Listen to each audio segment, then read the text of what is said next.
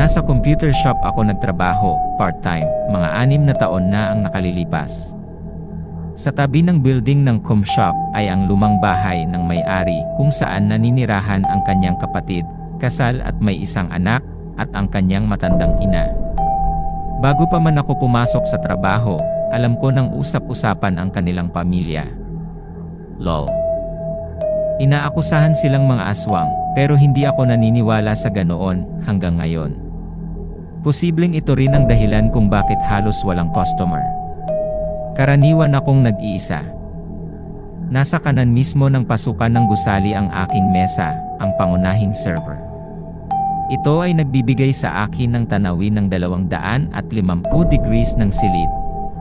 Ang harap mismo ng mesa ko ay ang bintana sa kaliwang bahagi ng gusali. Doon ko nakikita ang bahay. Ang asawa ng kapatid ng may-ari, may sira sa bait. Palaging naglalakad-lakad.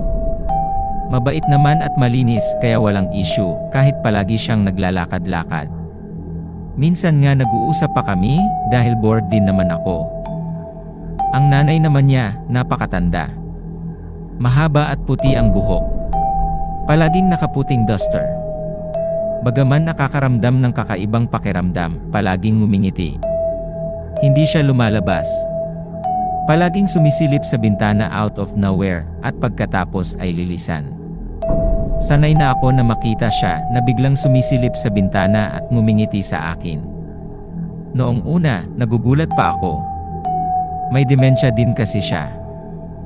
Ngayon, noong Mayo ng taong ito, nag-sleepover ang pinsan namin sa bahay. Ang jowa niya ay pamangkin ng may-ari, anak ng kanyang kapatid. Nagkwento siya na miss daw niya ang lola ng kanyang jowa, namatay bago mag-pandemic. Sabi ko, nakakatakot yung matandang yon. Tinanong ako ng pinsan ko kung bakit. Sabi ko, palagi siyang sumisilip sa bintana nung ako'y nagtatrabaho pa doon. Ang sinabi ng pinsan ko, nagulat ako, bedridden na ang lola ng 15 taon na. Sinabi rin sa akin ng pinsan ko na hindi mahaba ang buhok niya, at hindi rin siya nagda-duster, kaya sino yun na nakikita ko na pumapasok sa bahay nila.